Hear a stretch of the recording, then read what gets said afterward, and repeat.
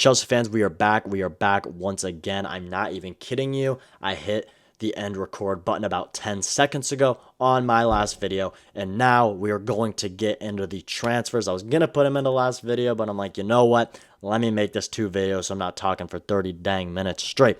Today, we're going to get into Crystal Palace a little bit. We took Lacroix from them. Now they want Axel Disasi. Ooh, Como have reached an agreement for Trevor Chalobah. We're going to mainly talk about what we think we should do with Mykhailo Mudryk, but we're going to save that for last. First, Badiashile is most likely going to leave as Napoli are pushing hard for the move. Good for him. He's not going to play much here. If Xavi wants to sell him, get him out. If Xavi, look, man, if you're not going to have him around, is he even in the preseason squad? Like, what is that man doing? Is he just technically in a bomb squad right now? Anyway, I think we get about 30 million for him, which Chalobah went for 30 million, as we'll talk about here in a little bit. So I'll gladly take that for him. Anyway, we move. I'm not going to talk about Badiashile anymore because I talk about him every goddamn day. So, official. Jordan Henderson is a Chelsea player. 2-year contract on him. Will he play a lot? No. This is a signing. He's pretty much the manager coach in a way. I think Xavi Alonso is just signing him so he can come in and help guide the young players. I feel like we all know that. I'm sure he's not going to be making much here, but it's Chelsea FC, so why wouldn't he come here? If he has that gentleman's agreement with Brentford, so he's going away from a team where he played, started 30 Premier League games with that Brentford, to go to a team he's probably not going to play much, just shows you the pedigree of Chelsea, just shows you how much he wants to be here, and again, I doubt we're going to be paying him way too much. We know it's great experience. We know it's great leadership for the boys. Not only him in the midfield, but we have Danny Welbeck in attack. Are we going to sign a 30-plus million, a 30-year-old plus defender, or is Pep Chavaria, the guy we're most likely going to sign now, a 28-year-old, good enough in that back line? But don't count out us signing another 30-plus defender. I bet you on that. This man has won everything at Liverpool. He won one title of everything. So, he's a leader. He's a captain. He's won everything. He'll be great to be put in. Let's see how much he comes in and plays. But if I'm going to rate this signing, look, fans, including me, have been begging for the old head. He's got the great qualities. He works perfectly for why we bought him. So I'm going to go a solid 8 out of 10. You could even say more than that. I'm sure he's not going to be making much. I think we bought him for... How much did we buy him for? Is that public yet? Maybe. Oh, no. Got him for free, man. You know what? 9 out of 10. It might be a 10. I'm not kidding. Like, getting him for free for 2 years, it's a 10 out of 10 signing. It is actually a 10 out of 10 signing. You literally cannot get much better than this. Anyway, we move. Crystal Palace is set to submit a offer for Axel Disasi to replace Maxence Lacroix. Italian clubs are also watching him. Could Disasi possibly become a great player in the future? No. But, I don't know, maybe he could. Look, he's had some great games, a.k.a. Man City away. Can't name any more. But, I don't know. Maybe for another team he could become a pretty decent player. I think he was pretty decent at West Ham when he played there.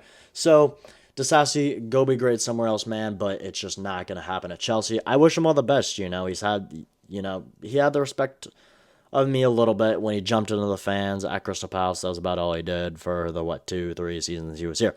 Another player where I think we could get 20-30 million for him, which I will gladly take for a man that's pretty much been in a bomb squad. He's also making 80K a week, so we need to get that gone. That's why I think players like Fofana also maybe should get gone as well. But as a Palace fan, this is not going to be as good as Lacroix.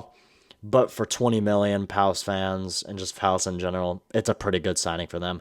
Good for them. But are Palace fans going to be happy with this? I don't know. I don't care. But this is the main thing, is will he want to go? Because I feel like there's been Italian teams, other Premier League teams, and West Ham. West Ham, I think, wanted him, but they're in the championships. They're not going to be able to pay him much. So he didn't end up going there. Whatever, you're making 80K here, so I understand if you don't want to go anywhere else, if it's all about the money, stay here, take your 80K, if we're paying it to you, whatever, if that's his choice, that's his choice, it just depends if he cares about the money, if he cares about his career, because there's been other Italian teams that I feel like have been in for him, again, just other teams in general, and he doesn't want to go, because I think he just wants to stay here because of the money, so we'll see what happens with him in the future. Second to lastly, we're going through this quick. Como have reached an agreement for Chalaba for 30 million. Here we go. Fabrizio Romano has confirmed. Como ended up just paying the 30 million for him. They wanted to pay, well, first I think they wanted to pay like 20 and we were asking for 35. Then it was like 25, 30, and then Como were willing to pay 28 and we're like, no, just pay the 30. So they paid the 30 plus bonuses, unless it's the 28 plus, but no, it is 30 plus bonuses. So Como, they must have really wanted him. How would I rate this sale for Blueco? Pure profit. I don't really care about that because it ain't my money. But it's pure profit. It'll help us sign probably Pep Chavaria. I think I'll mention that a little bit later on. But he wasn't going to play much. 30 million for him, I think, is a decently fair price. Como don't have much money, I think. If a team like Palace came in for him, they would have paid like 40. So I'd give it like a 5 out of 10 sale for Blueco, because why would you sell him when there are worse defenders at Chelsea? Like a Tosin, I'd rather have Chalobah over Fofana because Fofana, the wages are unreal. But talking about the Sassy, Fofana is another player that probably would not leave because he's making 200 grand a week. I wouldn't leave either, so fair dues to him.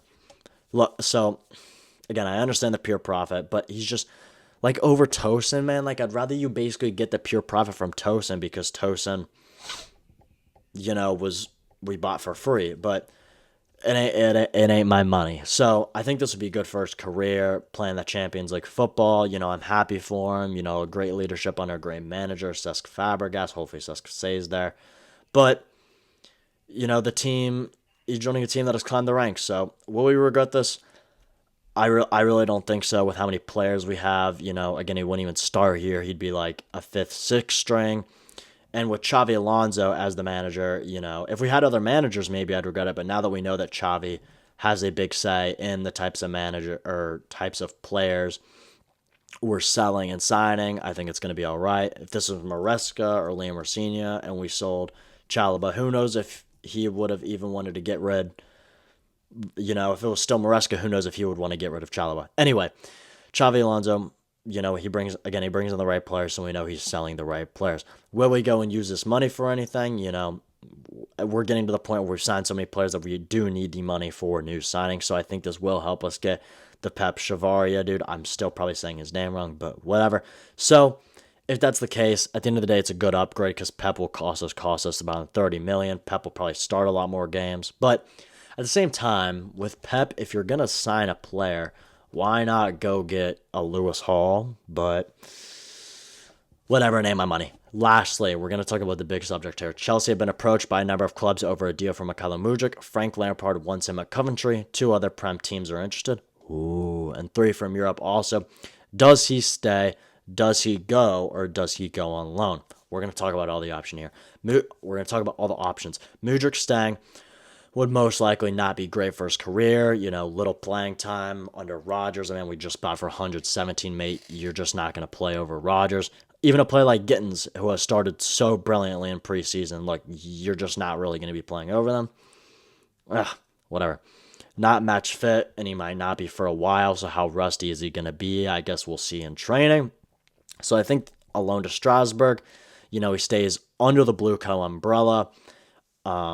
He will play under Blueco, so even at Strasbourg, I think, what am I trying to say? We'll get to that. It's an easier league. He will start there since it is Blueco. If it's a loan to another team, this is what I'm trying to say. Other teams won't care necessarily about his development. If he's not good enough with a Frank Lampard at Coventry, if he's just not good enough, he genuinely will not play. But if he's under the Blueco umbrella, he still would play at Strasbourg pretty much no matter what. Frank wouldn't feel the need to start him. So if we were to sell him, then we just get rid of him. I think a player could still be in there. We've seen the moments from him, and if he leaves and becomes great, it would just be once again another player we missed out on. So, in my opinion, I want to loan him out to Strasbourg. That's what's looking the most likely now, so I'm glad. Would get consistent minutes after being gone for so long. I think this also shows that Blueco still care about his development, sending him to Strasbourg because they still know a player's in there. They still know he could become great, and they want him to get the right development, and I think at Strasbourg he will get the right development. Right now, he's just not good enough to be at Chelsea. I feel like we know that. He could maybe come in next season and work under Xavi Alonso. Maybe Xavi could figure out how to put him in if he plays well at Strasbourg. But if you're going to be at Strasbourg, mate, we need at least like 10 goals, 10 assists kind of thing. If he's not getting that, I hate to say it, but just sell him. The preseason could also be huge for him. That's why in my last video, I'm saying he's got a lot of pressure on him. But, I hope he does good enough over the next couple of games.